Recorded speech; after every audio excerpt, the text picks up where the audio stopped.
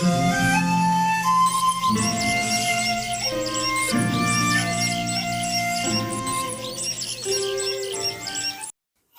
The lord. మన ప్రభువును మన రక్షకుడైన యేసుక్రీస్తు వారి ఉన్నతమైన నామంలో మీ అందరికీ మా హృదయపూర్వక వందనములు.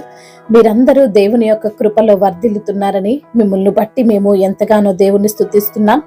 ఈ రోజును కూడా ఒక చక్కని వాగ్దానము ద్వారా దేవుడు మనల్ని బలపరచడానికి ఇష్టపడుతున్నారు.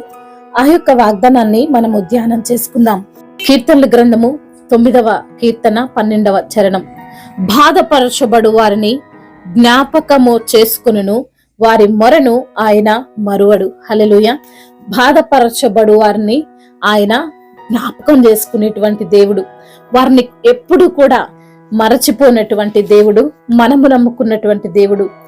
బాధకు కారణం ఏమిటి అంటే, ఏదైనా సమస్య కావచ్చు, అది బయటకు చెప్పుకోలేనిదైనా కావచ్చు, నమ్మిన వారే నిన్ను మోసం చేసి ఉండొచ్చు, నీవు ఆరాధిస్తున్న వారే, నిన్ను ప్రేమించిన వారే నీపైన నిందలు మోపొచ్చు, దాన్ని బట్టి నువ్వు బాధపడవచ్చు.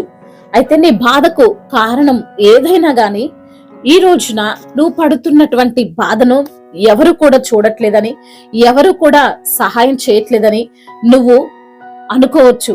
కానీ దేవుని యొద్దకు వచ్చి ఆయనకు మొర్రపెట్టు వారిని ఆయన శ్రమల్లో విడిచిపెట్టేటువంటి దేవుడు కాడని ఈ యొక్క లేఖనము ద్వారా నీతో దేవుడు మాట్లాడుతున్నాడు. బాధపరచబడు వారిని ఆయన జ్ఞాపకం చేసుకుంటాడు. ఆయన అంటే యేసు ప్రభువారు. ఆయన బాధల్లో ఉన్న వారికి దేవుడు, కష్టాల్లో ఉన్న వారికి దేవుడు, ఇబ్బందుల్లో ఉన్న వారికి ఆయన దేవుడుగా ఉన్నాడు. మనం కష్టాల్లో ఉన్నప్పుడు, మనం శ్రమల్లో ఉన్నప్పుడు, వేదనలతో నలిగిపోతున్నప్పుడు ఆయన చూస్తూ ఊరుకోడు. తక్షణమే ఆయన వారి మొరను విని సహాయం చేసేటువంటి దేవుడు. బైబిల్ గ్రంథంలో మనం చూడవచ్చు, ఇజ్రాయేలు ప్రజలు అనేక కఠినమైనటువంటి బానిసత్వంలో ఉన్నప్పుడు వారు ఆ యొక్క పని విషయంలో, ఆ పని వారికి భారమవుతున్నప్పుడు వారు దేవునికి మొరపెట్టుకున్నారండి. ఆ యొక్క కష్టతరమైన పరిస్థితుల్లో దేవునికి మాత్రమే వారి యొక్క గోడును చెప్పుకున్నారు. అయితే వారి యొక్క బాధను చూసినటువంటి దేవుడు వారిని విడిపించడానికి, రక్షించడానికి మోషేను పంపాడు. ఈ రోజున నీవు బాధల్లో ఉంటే, నీవు కష్టాల్లో ఉంటే, నీవు అనారోగ్య సమస్యల్లో ఉంటే, నీవు అప్పుల భారాలతో కృంగిపోతుంటే నీ యొద్దకు ఆయన యొక్క మాటను పంపాడు. ఆయన యొక్క వాక్యమే సత్యము, ఆయన యొక్క వాక్యమే వాక్యమై ఉన్నటువంటి దేవుడే నీతో మాట్లాడుతున్నాడు.